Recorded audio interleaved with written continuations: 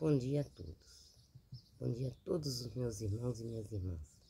Que o Deus de nossos pais abençoe a cada um de nós, dando-nos paz, dando saúde, tudo que Ele for da vontade dEle. Pai nosso que estais nos céus, santificado seja o vosso nome. Venha a nós o vosso reino, seja feita a vossa vontade, assim na terra como no céu. O pão nosso de cada dia nos dai hoje.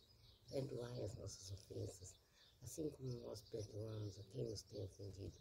E não nos deixeis cair em tentação, mas livrai-nos do mal. Amém. Ave Maria, cheia de graça, o Senhor é convosco. Bendita sois vós entre as mulheres, e bendito é o fruto do vosso ventre, Jesus. Santa Maria, Mãe de Deus, rogai por nós, pecadores, agora e na hora de nossa morte. Amém. Quero pedir ao Pai perdão por todos os meus pecados e os pecados do mundo inteiro. Vinde, Espírito Santo, enche os corações dos vossos fiéis, acendei neles o fogo do vosso amor. Enviai o vosso Espírito e tudo será criado e renovareis a face da terra. Oremos. Ó Deus, que instruíste os corações dos vossos fiéis com a luz do Espírito Santo, fazei que apreciemos retamente todas as coisas e gozemos sempre da sua divina consolação. Por Cristo nosso Senhor. Amém. Protegei-nos, Senhor, de todos os males, de tempestade, de vendaval, de tufão, de tornado. Proteja-nos, Senhor. Proteja-nos, a todos nós, os teus filhos. Eu vou ler hoje aqui o livrinho do São Pio X. Vou dar continuação, né, do que eu li ontem. O quinto preceito da igreja. Como se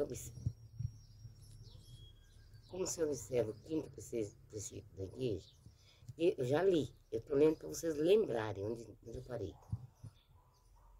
Para pagar dízimo segundo o costume, observamos o quinto preceito para pagar dízimo segundo o costume, pagando aquelas ofertas ou contribuições que foram estabelecidas para reconhecer o supremo domínio que Deus tem sobre todas as coisas, para sustentar os ministros do altar.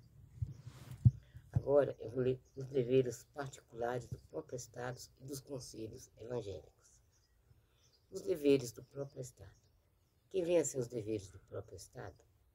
Os deveres do próprio Estado entendem-se aquelas obrigações particulares que cada um tem por causa do seu estado, da sua condição e da sua situação em que se acha. Quem impõe aos deveres estados?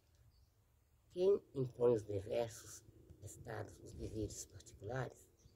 Foi o próprio Deus que impôs os diversos estados e deveres particulares, porque esses derivam dos seus divinos mandamentos.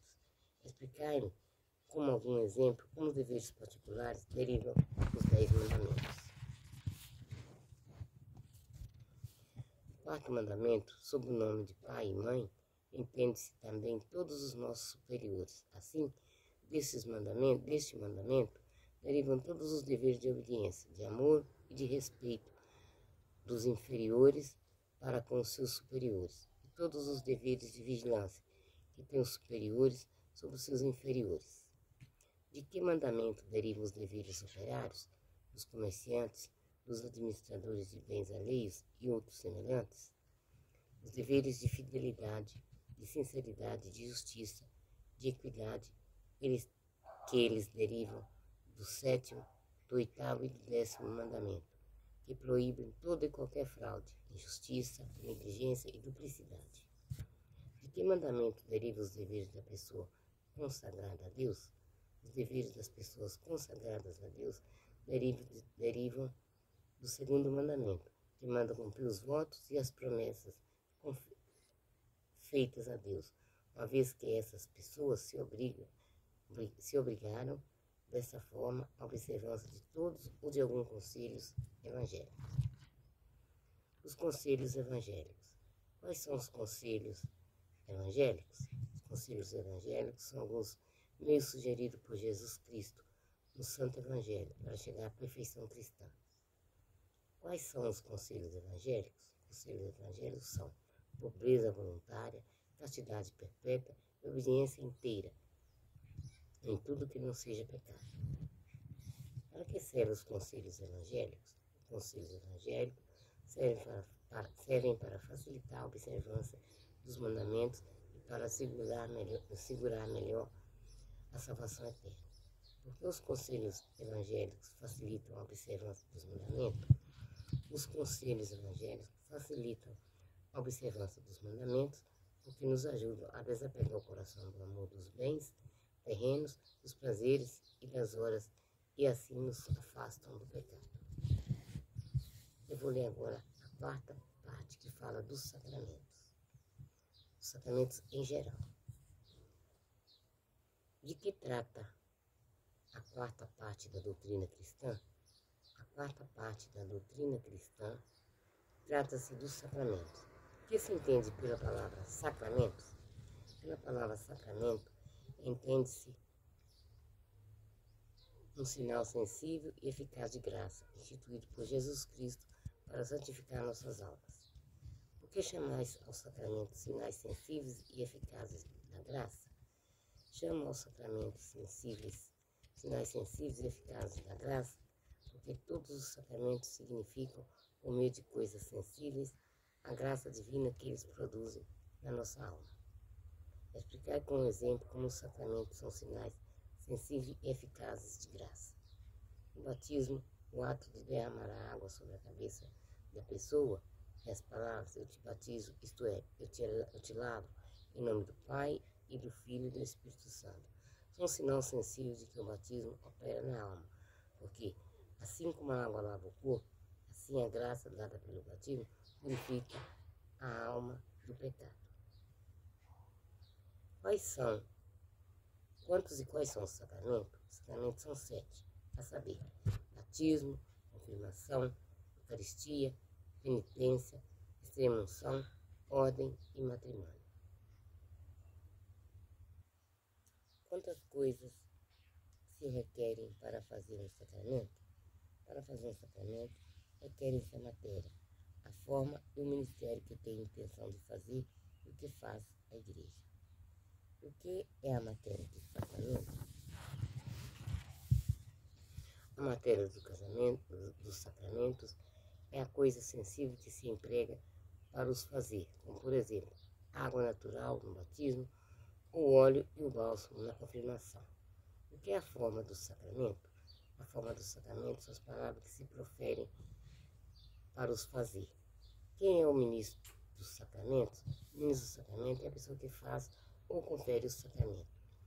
Do efeito principal do sacramento, que é a graça. O que é a graça? A graça de Deus é um dom interior sobrenatural que nos é dado sem merecimento algum de nossa parte, mas pelos merecimentos de Jesus Cristo em ordem à vida eterna. Como se divide a graça? A graça se divide em graça santificante, que se chama também habitual, e graça atual. O que é graça santificante? A graça santificante é um dom sobrenatural que se faz inerente à nossa alma e que nos faz justos, filhos adotivos de Deus e herdeiros do paraíso. Quantas espécies de graça santificante? Há quantas espécies de graça santificante? Há 2 espécies de graça santificante, graça primeira e graça segunda. O que é a graça primeira? A graça primeira é aquela pela qual o homem passa pelo estado do pecado, passa do estado do pecado mortal ao pecado de justiça, da amizade com Deus. O que é a graça segunda? A graça segunda é o aumento da graça primeira. O que é a graça atual? A graça atual é um dom sobrenatural que ilumina a nossa inteligência, move e fortalece a nossa vontade, a fim de que pratiquemos o bem e evitemos o mal. Podemos resistir à graça de Deus? Sim, podemos resistir à graça de Deus, porque ela não destrói o nosso livre arbítrio. Só com as nossas forças podemos nós fazer alguma coisa que nos seja útil para a vida eterna? Sim, sem o auxílio da graça de Deus, só com as nossas forças, não podemos fazer nada que nos seja útil para a vida eterna. Temos que ter a graça de Deus, senão nós não teremos a vida eterna. Como nos comunica Deus a graça? Deus não comunica a graça, nos comunica a graça, principalmente por meio do Santo Sacramento. além da graça santificante, conferem-nos os sacramentos alguma outra graça. Os sacramentos, além da graça santificante, conferem também a graça sacramental. O que é graça sacramental? Graça sacramental consiste no direito que se adquire recebendo qualquer sacramento, ter em tempo oportuno as graças atuais necessárias para cumprir as obrigações que derivam do sacramento recebido. Assim, quando formos batizados, recebemos o direito de ter as graças necessárias para viver cristamente. Não sempre o sacramento é graça a quem as recebe. O sacramento não sempre é graça, contanto que se recebe com disposições necessárias. Quem deu ao sacramento a virtude de conferir a graça foi Jesus Cristo, que por sua paixão e morte deu aos sacramentos a virtude de conferir a graça.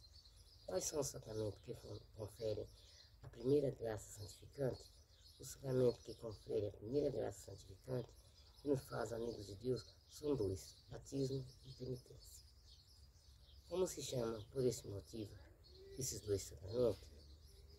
Esses dois sacramentos, isto é, o batismo e a penitência, chamam-se por dois motivos sacramentos dos mortos, porque são instituídos principalmente para restituir a vida da graça às almas mortas pelo pecado. Quais são os sacramentos que aumentam a graça em quem a possui? Os sacramentos que aumentam a graça em quem a possui são os outros 5, isto é, a confirmação, a Eucaristia, a extrema-unção, a ordem e o matrimônio, os quais conferem a graça segunda. Como se chama por esse motivo esses 5 sacramentos?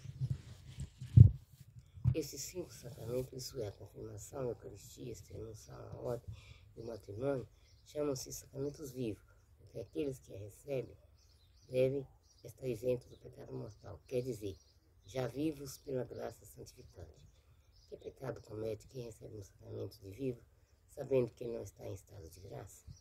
Quem recebe um sacramento de vivo, sabendo que não está em estado de graça, comete um grave sacrilégio.